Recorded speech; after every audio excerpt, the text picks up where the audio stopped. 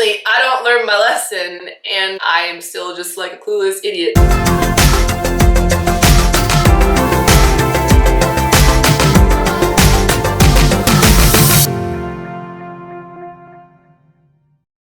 안녕하세요 여러분, Nomadic Maddie입니다. Hey guys, this is Nomadic Mada, and today I am going to be telling you about my most embarrassing moments in Korea. Actually, I have two stories to tell you today, but they're both kind of related because they were both caused by me sort of doing the same thing.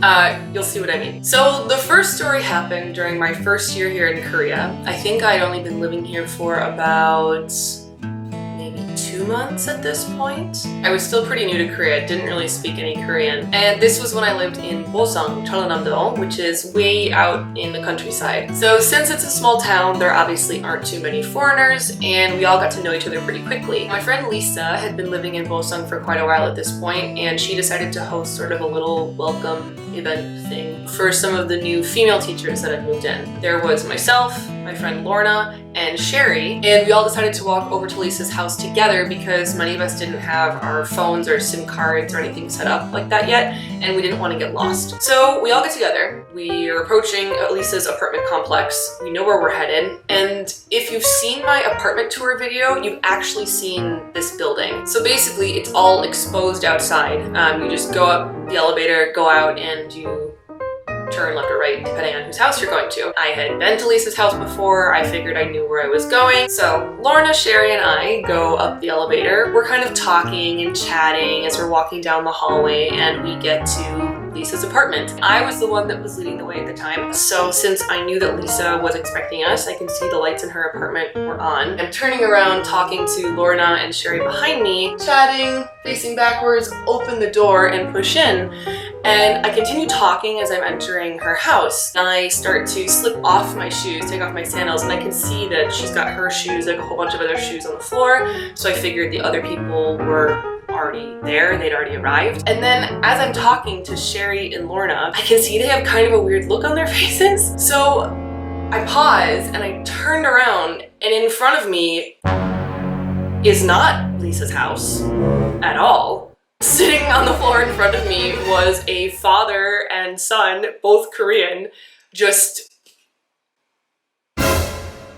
staring at me. They didn't say anything when I walked in, like they didn't react in any way, and even when they were looking at me and we made eye contact, they just kind of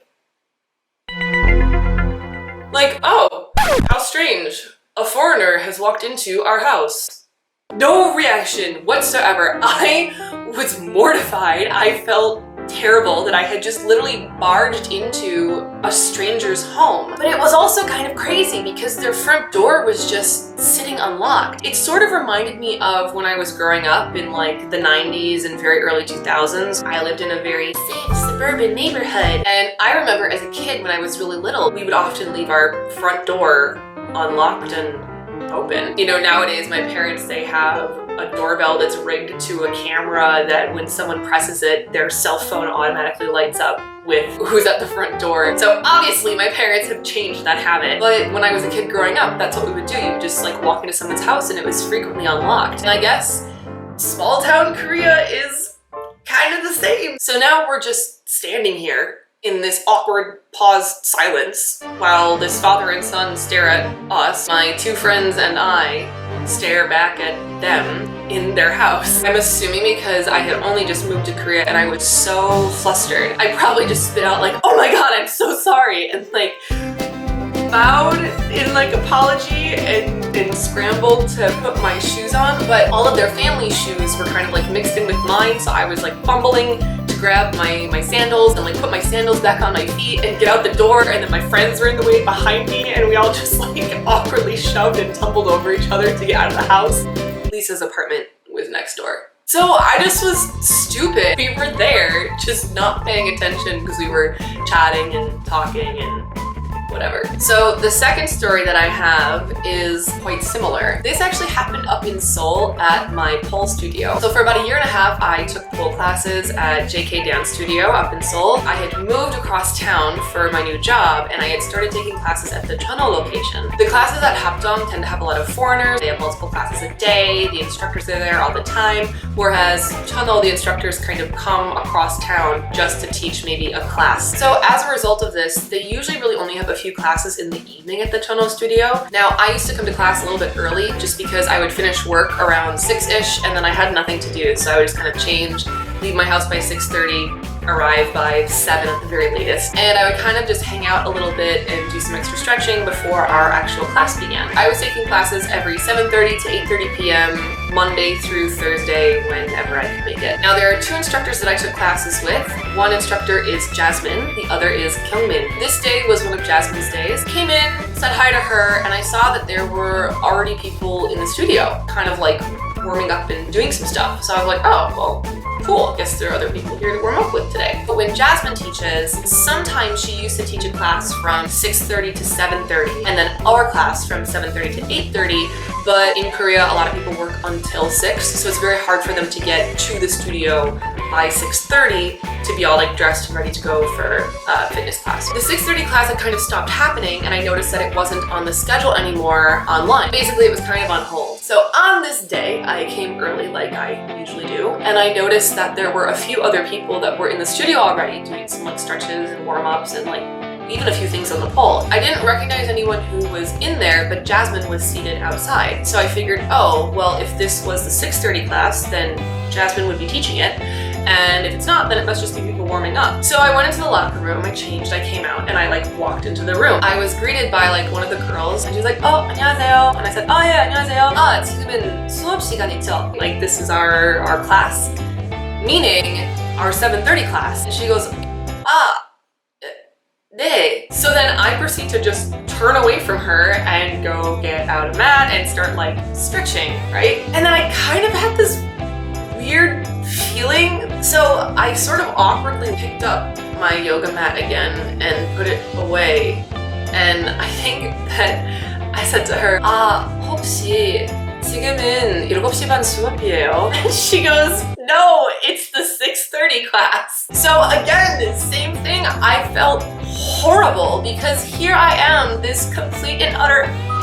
It turns out that she's a new teacher that I didn't know JK had hired, and they hired her to teach the 6:30 class, and they had started the 6:30 class up again. This was not posted anywhere on the JK website, so like even later when I checked online to see the schedule, there was no 6:30 class that was currently listed. Now remember, when I walked in, I asked her if it was class time. So I walked in basically on the last 10 minutes of her class and just been like, oh, so are you having class right now? And then when she said yes, I proceeded to get out a yoga mat and like lay it out and just start warming up for my class in the middle of her class while it was still going on. I felt so bad. I apologized to her profusely. Obviously immediately walked out. Jasmine had seen me like change and walk in, hang out in there for a minute, and then come back out, and she never said anything to me. So when I came out, I was like, Jasmine, you didn't tell me that the 6:30 class had started up again and that was the 6:30 class happening. And she was like, oh, yeah. I was like, please explain to her that I misunderstood this. I feel so rude. I just felt really terrible and awkward. So apparently I didn't learn my lesson about walking into places. That's what I did my first year here, into someone else's house. And then that's what I did at my pole studio like 4 years later in someone else's class. I never had this problem back in America. This hasn't historically been a thing for me. But apparently in Korea, I am that rude, stupid foreigner that just walks into places uninvited. Now, I'm the kind of person that feels like you're only embarrassed if you let yourself be embarrassed. And I know that doesn't work for everyone, but for me, it's usually been pretty helpful and like rings pretty true. But both of these situations were times where even now I feel bad that it happened, and I wish that I could just again apologize to those people. So if you are a Korean person somehow watching this video, and one time in 2014 a strange 6 foot tall foreign woman walked into your house while you and your son were watching TV. That was me, and I apologize. Or if you're the instructor who was new at JK last year and also had a tall, awkward foreigner walk into your class really rudely and interrupt it in the last 10 minutes, that was also me, and I apologize again. So hopefully that's not going to be something that happens a third time for me. So anyway, yeah, I just wanted to share some of my embarrassing moments here in Korea, but I'm curious as to what yours are. If you live in Korea, what are some embarrassing things that have happened to you? Have you been traveling elsewhere where the cultural or language barrier has made something awkward or embarrassing happen? Or even if you've never traveled outside your home country, but maybe you've had an interaction with a foreigner and that kind of language cultural barrier thing got in the way. I don't know. If you've got a story, feel free to drop it in the comments below. I look forward to reading them and maybe having some company in my awkwardness. Thanks for watching, and I will see you guys in the next video. Bye!